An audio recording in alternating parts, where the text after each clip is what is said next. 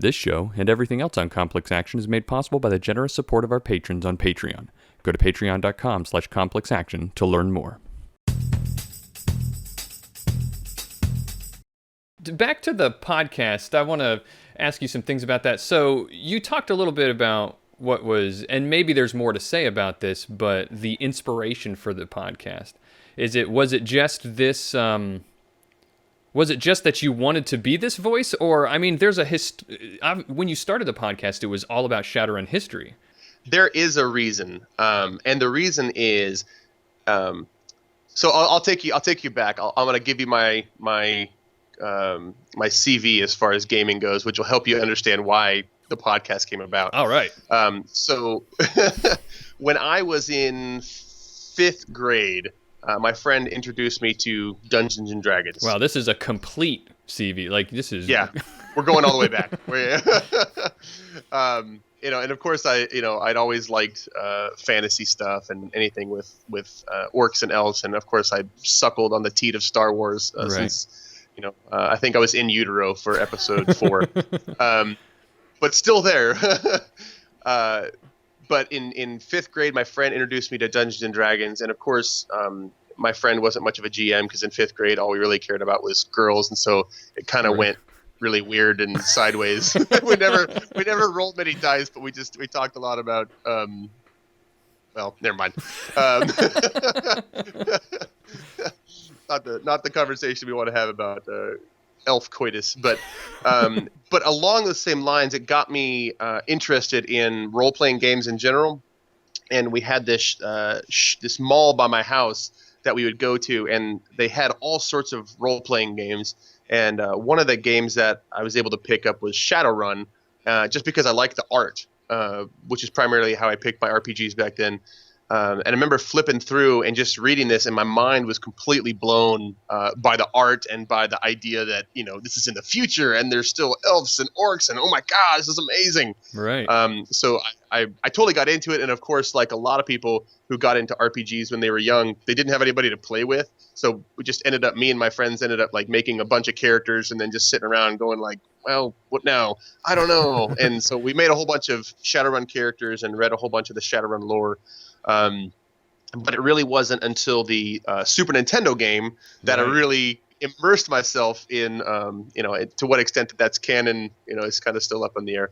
But I played the Super Nintendo game, played the Sega game, kind of fooled around with some of the lore a bit, and then it became really uncool to play RPGs, and so I tried to, be really closeted with my nerdity, and I went to the comic book shop on Saturday and then played football the rest of the week and tried to be really cool, failing really hard, but really trying to maintain it.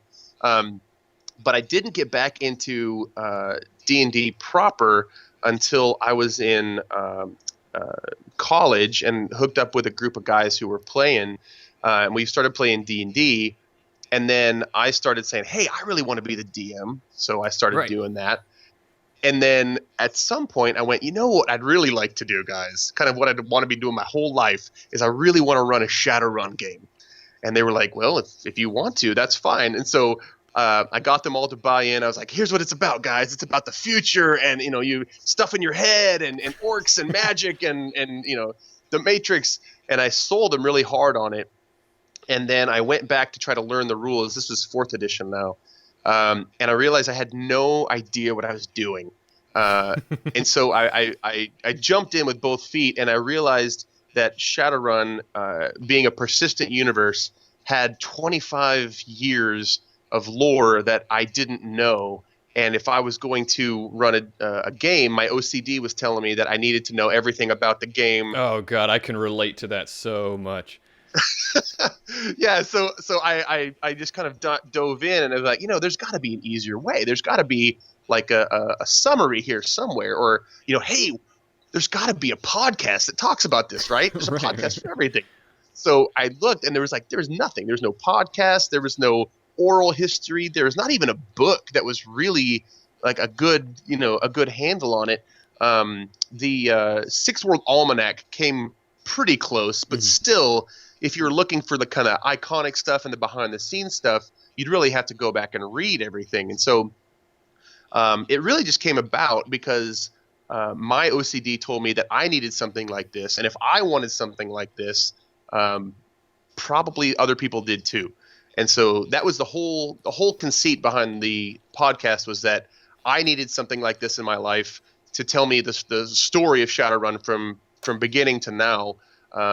And if nobody else is going to do it, then I'm going to do it. Isn't So that so much how a lot of these projects start, though? I mean, I know personally, like the stuff that I do, GM screen with short rules explanation videos. That's how I started basically as well. I was like, I am so sick of spending 30 minutes looking up this tiny little rule that I feel like should not take me this long. I'm kind of in general, kind of a rules purist when I'm playing the game. And I've strayed away from that a lot since.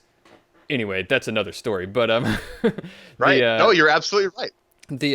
Yeah, that's exactly why I did it, though. I was like, there's nothing out there like this, so I'm already doing the research. Why don't I just throw this? I was throwing it together for my players. Why don't I do this and throw it on YouTube and make something out of it? So, how long you've been doing the Neo-Anarchist podcast since what, like 2013? Is that right?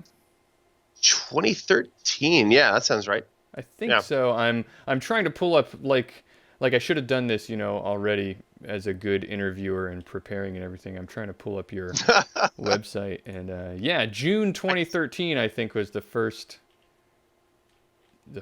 post where you did episode 1, 1999. Yes. In fact, I recorded a whole bunch of episodes and then kind of dropped them all at once just to kind of have a library that people could go to right up front. Sure, yeah. Wow, and that's almost 3 years now. That's so that puts you up there with the Arcology podcast and like Critical Glitch as being some of the oldest Shadowrun like community fan content out there. Am I right? Yes. When I first started getting back into Shadowrun, I first hit up all the podcasts, and at the time there was only Hidden Grid and Critical Glitch. And Hidden Grid was pretty much exclusively, at that time, actual play, and Critical Glitch was pretty much mission play and the kind of technical side.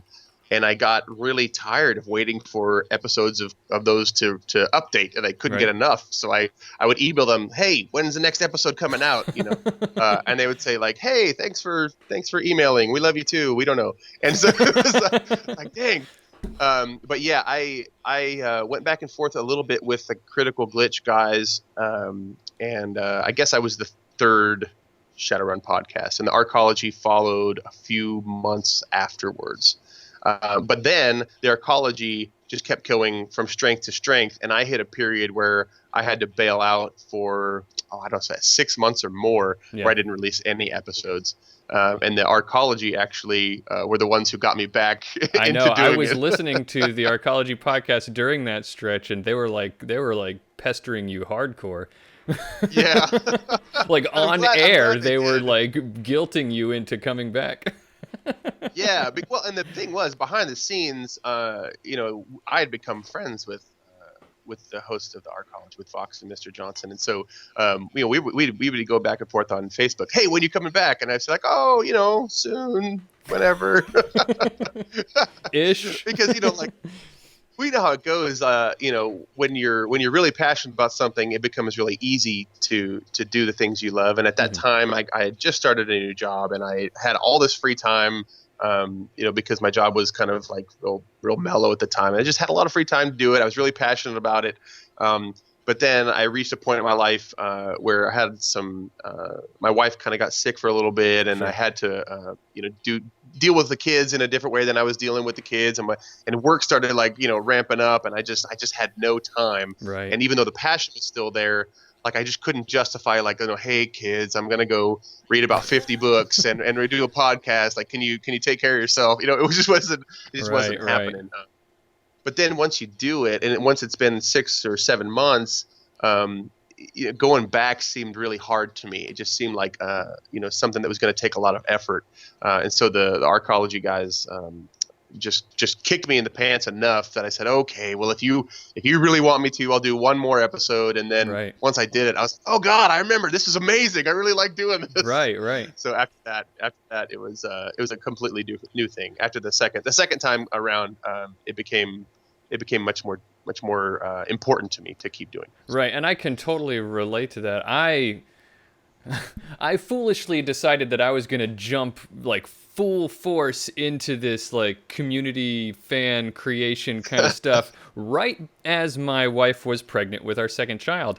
And Yeah. and I'm a stay-at-home dad, so it was like, what are you doing, Bobby? Like so she was just born like a month ago, so I'm right there like I'm trying to stay afloat and doing everything I can to at least get that one video out every week. I can't, please. Yeah.